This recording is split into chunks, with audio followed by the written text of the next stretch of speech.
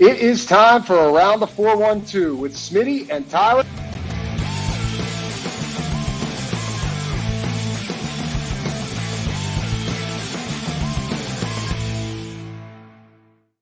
Welcome back to another episode of Around the 412. This is Tyler. That's Smitty. Be sure to go follow us on all of our social medias at Around the 412. Go subscribe to our YouTube channel. We just hit partner. We just be able to get monetized. We're trying to grow this thing. So go like our videos. Go leave a comment on them. Go subscribe. 80% of you aren't subscribed, so I have no idea who's watching our YouTube videos if our subscribers That's just Sarge. Well, there we go. But yeah, just go subscribe to our channel and check out some of the links that we have in the description on YouTube as well as the listening platforms. We've got year 6 of Rocking Around the 412. The link to the GoFundMe is in the description of the show. You can go check out the mission over the past 5 years, be able to help raise over $25,000 with the help of all of you to provide Christmas in our local 724-412. I'm stumbling on my words, breaking the fourth wall. This is our third time doing this take. So I'm just going to try to power through this. But we've been able to help provide Christmas with the help of all of you to the kids in our local area, as well as adopt kids off of the Angel Tree of their East Rochester location of the Salvation Army and provide them Christmas as well. So if you want to learn about that mission, go check it out in the description of the show. Whew. It's always the Rock Around the 412 stuff. I don't know why. I have no idea why. I just stumble over my words. I'm just breaking the fourth wall completely right now. I know none of you want to hear about this right now, but that was the third take. We had to do it. We had to restart the browser to get it going again. I was not living up to par. Okay. That is, I take full responsibility. I take full blame. Yeah. Everyone that wants to say about, like Mike in Illinois talking about Tyler being the star of the show and all this. I'm not the one that was messing up and why we had to do a third take. No, Smitty was just sitting there and I would just throw my headset off and be like, restart it, because I just couldn't get it out. I just couldn't do it. That's what she said. But yeah, let's just get into this show. This is the Penguins episode. If you haven't checked that out, that we are going to be starting to release the episodes by team. So we're going to release them in consecutive days. That way, more streamlined listening for our viewers. You can listen to the team that you want to listen to, and it kind of makes it a little more fun for us as well. So we get to focus on one team per show. So that's pretty cool. Go watch the Steelers yesterday.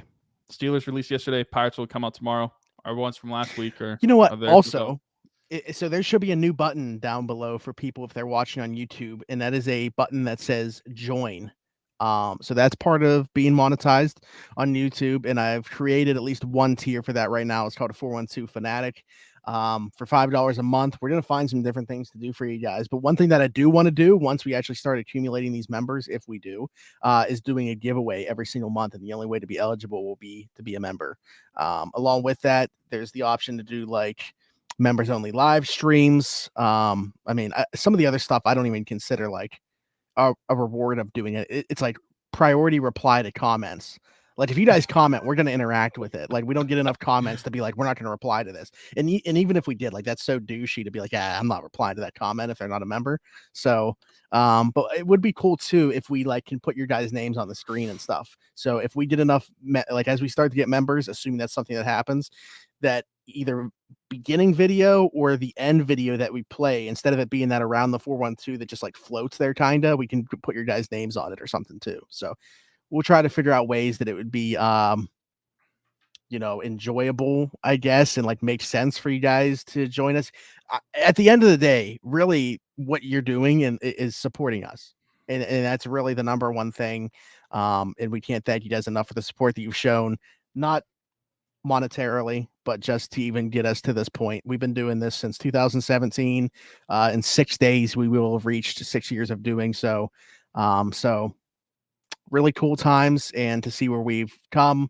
But anyways, without going on a tangent about that, this is the Penguins episode. So let's talk about some Penguins.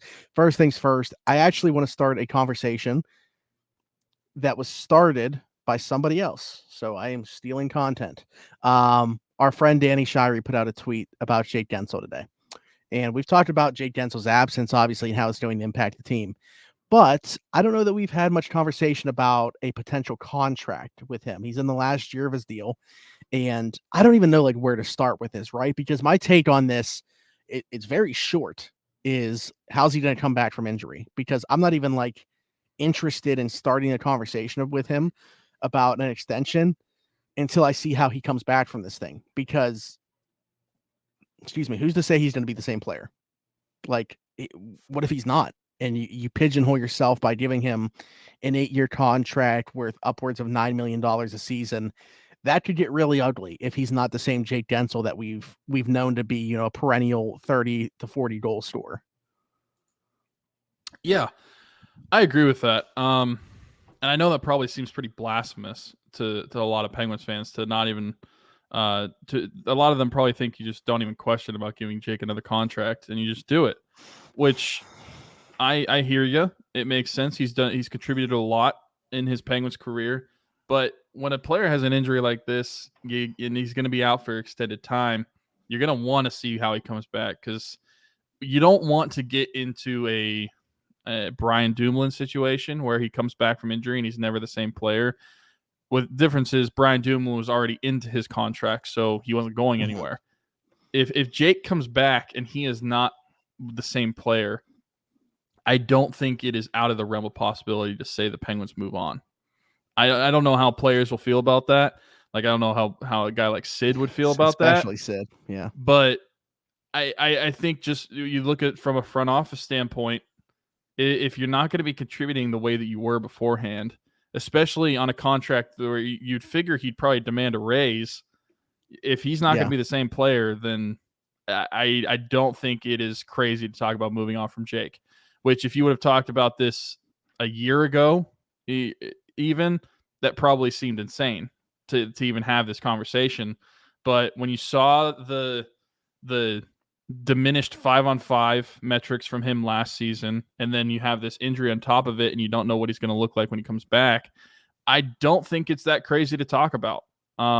He's also around 30, so that's another guy that you'd be giving a long-term contract to that's going to be going into his 30s, and that's just, I guess, the Penguins' quota now to be able to do that. But I don't think it's out of the realm of possibility to say that Jake might not get a contract. I do think that he probably will eventually.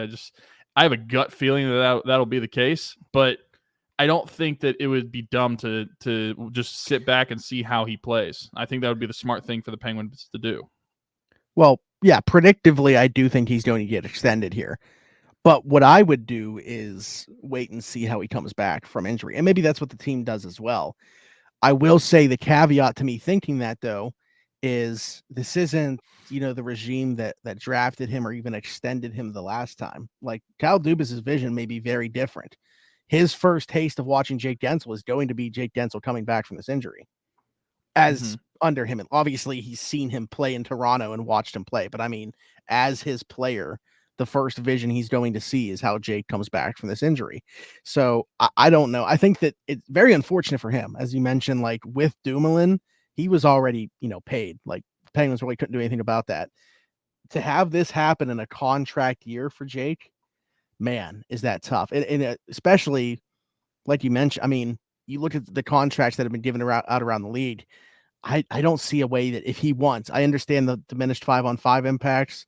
I understand that, he's gotten worse each of the last 3 seasons in his own end, but man, he's getting $9 million a season when you look at what some of the other guys have gotten, and that's at like 7-8 years. So I mean, this is very unfortunate for him, but if I'm the Penguins, I'm playing this I'm not budging on this. I'm not giving him a contract. I'm not even thinking about it until we see how he comes back. And that sounds harsh, but it's just the reality of the situation. We don't want to give a contract that's going to look terrible by year 2. And we don't want to be strapped like that. So I don't think it's that bad, especially when you have limited cap space going into next season, or limited in quotations, to replace several guys, because you have Jake being in a contract year, but then you're going to have to get another goalie because Nedeljkovic is only on the 1-year deal. And then you have Ruedel, Ty Smith, POJ, Nylander, Rim Petlick, and Jeff Carter coming off the books. I'm not saying that you necessarily have to give all those guys contracts. You probably give the majority of them don't get contracts, at least from the Penguins. But those are skaters and those are bodies that you're going to have to replace. It's not necessarily going to be a cheap thing to be able to do. So that's another thing. If you're going to occupy, and right now the Penguins would have about $18.8 million of cap space. If you're going to occupy what you just, like, I'll just take the number you just said. If Jake could get $9 million, I don't know that the Penguins would pay him $9 million, but say they did, that's half of your cap space or nearly half your cap space taken up. Well, he's making, wouldn't it only be a difference of 3 though? Because he's 6 right now. He's 6 right now. Oh, wait, never mind. But he's off the book. Yeah, I'm an idiot. It's not like he's under 6 right now. Yeah. But he's off the books. So he'd be taking up over half the cap space that you would have, and you'd still have to replace like 6 other guys. So yeah, that's a tough situation for Kyle Dubas to be in. And I think that they should be patient with it. Wait, what? I said you could trade Brian Rust for some space too. Oh yeah, good. You're like convincing him to waive his no movement clause over the next 2 seasons. Hey, what about instead of re-signing Jake, couple million more Austin Matthews? I mean, is he going to play third line center or is he going to play on the wing? I don't know what he's doing. I don't know what he's doing for. We're going to have our $11 million third line center. Hey, we've had a third line center problem for a long time, right? I mean, there were a couple years in there with Bonino. You want to fix the bottom 6 scoring? Yeah, there you go. He's going to get a guy that can score 60 goals. Okay, so that is what it is. We'll see how the team approaches it. I want to ask you another thing, and I feel like our answers could be very similar, if not the exact same. 3 Penguins players who are the most important for the team to have success in the 2023-2024 season. Who would you say? Well, there's the obvious ones, right? Like you have your aging stars, and you could say that definitely that Sidney Crosby and Evgeny Malkin could be 2 of the 3. I feel like some of those are cop-out answers, but I do genuinely believe like those are 2 of the most important players, especially how they constructed the roster to the top 6 being the scoring heavy compared to the other forwards. So but I'll start somewhere else before I get to my third. So the first one I'll say Tristan Jarry. You better prove that you are worth every penny that you just got in your new contract. There was a lot of questioning whether you should be brought back, among us especially. And I think that you need to prove that you are worth the contract that you just were handed. I understand the Penguins were in a bad situation with goalie-wise, not just their goalies in-house, but also the trade market and the free agency market. They were kind of just handcuffed to the situation they were in. But you better prove that you are going to be the guy. So if I'm thinking success for the Penguins, it has to start with Tristan Jarry. You have to have a sure guy in net. I would say him as well. Yep. My next guy, and I will say this because of how good he has been, but I think because of the partner he just got, he needs to continue to be as good and continue to be the best defensive player on the team, Marcus Pettersson. I think that if you're going to pair him with Erik Karlsson and allow Erik Karlsson to be the pseudo forward that he can be, you need Marcus Pettersson to continue to be the best defensive player on your team. Because let's face it, Erik Karlsson, not that great in defense in his own zone. He's not, and you need to have somebody hold down the fort while he's able to. Like I said, he's a pseudo forward, so someone has to be able to take up the defensive liability that he is. Marcus Pettersson is suited to do so, and I think he is the most underrated player on the team. And I think that he is super important to the success of the Penguins, especially allowing someone like Karlsson to be able to do what he does offensively. So to me, that those 2 go hand in hand. You want the offense of Karlsson, you need to get the defense of Pettersson. And so that's another one that I'd go to. The third one's tough because I feel like it could be a lot of guys. I think that you could look at guys like some of the bottom 6 guys we brought in, like Lars Eller needs to be ahead of schedule or like higher than what we anticipate him to be. I think that Riley Smith needs to be as advertised of what we were expecting to get in a top 6 forward. But I'll just take the cop-out answer, and I'll say Sid. I mean, you need the 36-year-old to be able to carry you again. I think he needs to lead the team in scoring. Without him leading this team offensively, they're not going to get very far. So it might be a cop-out answer, but if we're just being completely honest, that is the answer, because there's been several times the past several seasons where without Sid, I mean, I know we missed the playoff last year, but there were other seasons where we wouldn't have sniffed the playoffs if Sid didn't carry us in like February and January. So I'd say those three. And I have two of the same ones in Sid and Jari. But the third one, which like I feel like is also a relatively obvious answer, is Erik Karlsson. And I think it's just for one aspect of this team needing to be improved. Or not, there's only one aspect that needs improved, but I'm looking at it like the power play. If it better be a top 10 unit this year. And when you bring in a guy like that to add to the talent that's already there, Todd Reardon, I don't know if he is coaching for his coaching life this year or not, but in my opinion, he should be.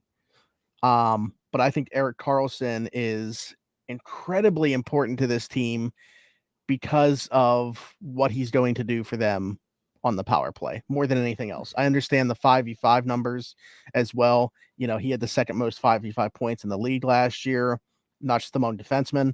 And you look at where the Penguins were at 5v5 last year, scoring the 15th most goals, but also where that power play was relative to where it should be. I think he is one of the three most important players because of where that power play needs to be this year. Last year they averaged, and I'm surprised that it's high, this high.